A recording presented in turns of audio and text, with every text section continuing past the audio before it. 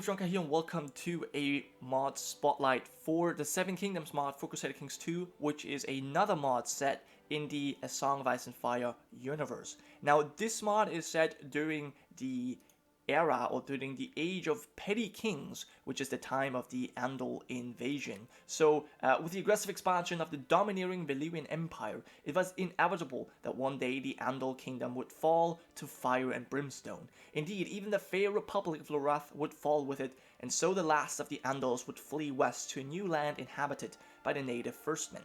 However, it would begin a new age of bloodshed, for the Andals would not seek integration with the natives, but would strive to carve out kingdoms of their own, built upon the bones of the first men and their old gods. This is the age of petty kings. And many of these petty kings you can see down here already. So most of them actually first man kings. We have Robar Royce, the last king, the last first man king of the Vale, who united the remaining first men behind him to combat the onslaught of the Andal Invaders who landed in the Fingers. Then we've got Tristan Mud, who is ruling the kingdom of Rivers and Hills and has a legendary son as heir. And he has a legendary idiot as heir currently, and he has a legendary son who might become the heir afterwards.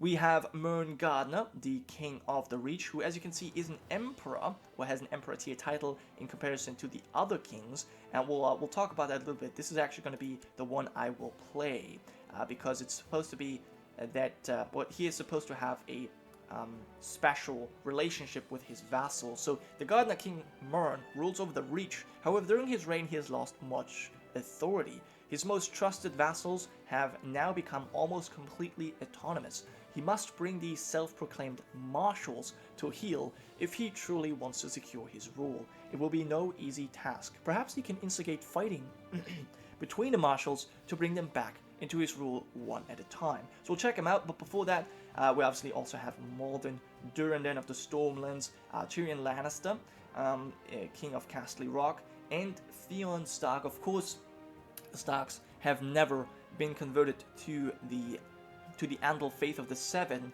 and they are firm believers of the old gods now and, well, ever before or whatever. Anyways, so as I said, I'll be checking out this mod as Mern Gardner, and we'll just disregard the game rules for now because this is not going to be a long campaign yet. The mod itself has not been released. I have somewhat of a sneak peek early access version, so many things still have to be fixed. I think there's still placeholder names for a lot of the rivers here, so that will be probably fixed by the time this mod releases, which is May 20th. Now, you're probably wondering, well, why do we have this mod? We already have the Game of Thrones mod. Is this a sub-mod? No, it is not. This is a standalone mod that has nothing to do with the Game of Thrones mod other than it also being in the A Song of Ice and Fire universe. Now, in a sense, you would say, okay, well, but which one is better? Which one should I pick? Well, they're not really rivaling each other. These two mods are obviously playing in different eras, and therefore, yeah, as I said, they're not going to rival each other because the Game of Thrones mod, the developers of that mod have quite firmly stated that they will never have a sort of petty kingdom scenario because that would mess with their Valyrian peninsula, with their map, and some other reasons they've stated as well, but this seems to be the biggest reason. As for the people who developed this mod here, they don't have this problem because for once they don't have Valyria, they don't show it because they're completely focused on Westeros and the free cities here just on the west coast. And also, I don't think they're gonna include any more scenarios. This mod is basically developed for multiplayer. So there are a lot of events that have been cut, in a sense that they just don't have as many custom events. They use the vanilla events, but not much more. They have, I'm not sure if they have a dual system. I know that they have dual traits. So for example, if we look at this legendary prince that I've been talking about, the Hammer of Justice, Tristifer Mud, he is a duelist of legend, and Robar Royce, the first man king of the Vale, he is a master duelist. So I think there is a dual system, but I'm not sure how fleshed out that is or how how many events are included in that. And also, there are no dragons during... Oh, are there dragons? I mean, there is the Valyrian Freehold. I'm actually not too sure if there are dragons. I actually don't know. I actually don't know about that. There might not be dragons. I don't know. But, so, as I said, this mod focuses on multiplayer stability, and it obviously also focuses on Westeros only. However, you have probably even more provinces here than in the regular Game of Thrones mod, and probably even more than vanilla, because as you can see, everything has been zoomed in, so we have a lot more provinces. So Tumbleton we know, but then all of these other provinces we've never heard of, but they're in the game and they have a lord, and then obviously all of them have some subholdings as well. So that is pretty cool. One other thing, or a few other things that I should mention about this mod that are being introduced are 3D buildings. So for certain special castles such as Highgarden, I think Storm's End, and Winterfell, and some others. Oh, look at that! They didn't fix the minimap yet. Anyway, so for certain castles such as Winterfell, they will have 3D buildings, and what they look like, or you can get a glimpse of that from the wall. So this is the only 3D building that's in the game right now, and it looks quite magnificent. You can see. Not sure if it does have any special mechanics up here. It would be really cool to have this. Also the Bloody Gate, although I'm not sure if the Bloody Gate had already been built by this time. Probably not. But yeah, so this is the wall, and there will be some more buildings just like that all across the map. Other than that, we also have a lot more buildings to build in our castles here. So, for example, you have, Winterfell, you have some bonus things, and then your castle upgrade that we know, but it's actually a lot more upgrades you can build, and a lot more things, curtain wall, so you can really customize your home seat, and you also get to customize your ruler a bit more, because there is supposed to be a trading system where you can buy armor and arms and all of these kind of things that will probably be stored in your treasury, and then you have like different crowns and whatnot that will maybe even affect the portrait. I'm not too sure about that, but that is certainly cool. So yeah, this mod, as I said, this mod has a pretty cool single-player experience, I would assume. I haven't played it much yet. It has cut down on the events a little bit, but it is, as I said, meant for multiplayer. I will obviously leave a link to the mod in the description, to the forum page, to the download link as well, even though, the download isn't open to the public yet. And I will also leave a link to a Steam group, the Steam group of the developers. They have a multiplayer roleplay group. I have actually played with them once, and they have a very interesting approach to playing this game. At least the last time I played with them, everyone picked their country or their respective region, house, whatever, and what you do, you go ahead, you raise some forces, right? If you want to have a marriage alliance with someone, you put yourself in there, and then you ride to that person's keep, and then you negotiate the marriage. You're obviously in TeamSpeak, but at the same time, you use the in-game chat to talk to that person and roleplay what your actions, basically.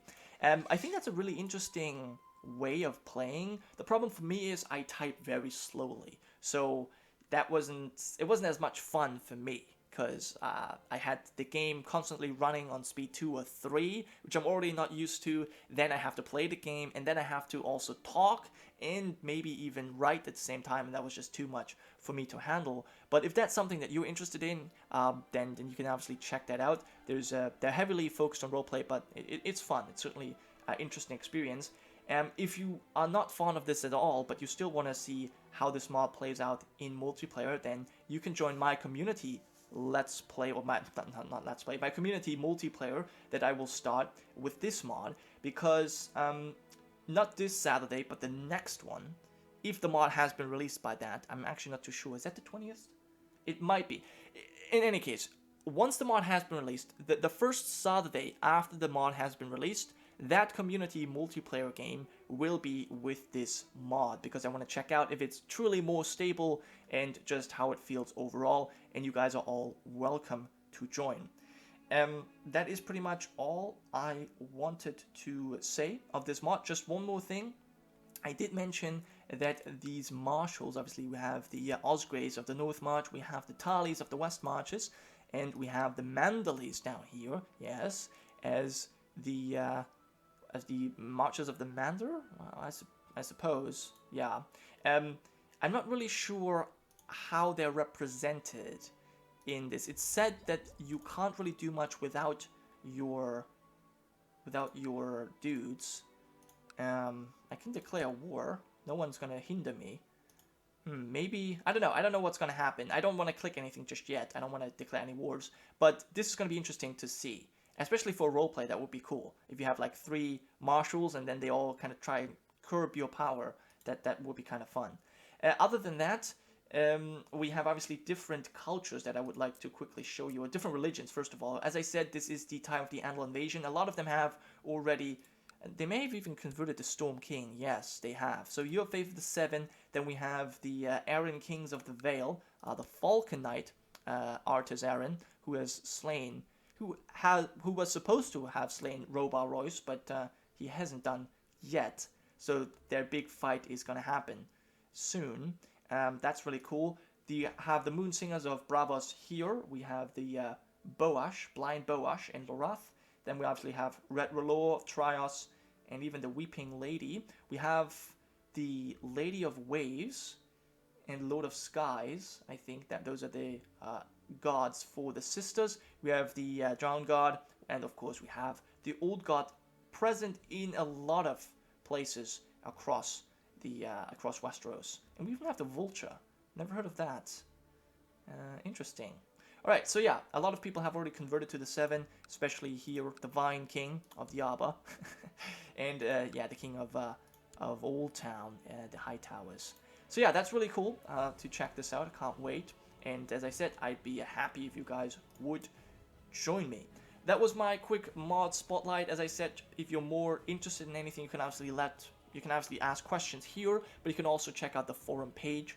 And yeah, just go ahead and do that, and let me know what you think of this mod. One thing I should mention here, I think the map, obviously the map has been changed quite a bit. It has been more zoomed in, so obviously we have the rivers that are a lot bigger. That looks a bit strange, but I must say I've been looking at it for a little bit more now, and you get used to it. You certainly get used to it. The only thing that I find is not really nice are the Iron Islands. I think they're just too much. They look so neat and tidy, and now I think especially this is what bothers me. This, and then like maybe one of them needs to cut out here. Maybe Aldwych needs to get rid of this. I don't know, but this is just, it seems a bit too much for my own eyes. The rest you can pretty much get used to. I think it's pretty cool how they have done this. Let me see the religions up here. Beyond the white ones, beyond the wall, old gods, and of course there's all kinds of new cultures as well to represent this age of petty kings. So yeah, that is all I have to say about this mod for now, and yeah, just go ahead and check it out. You know where everything is, and I'll see you guys next time.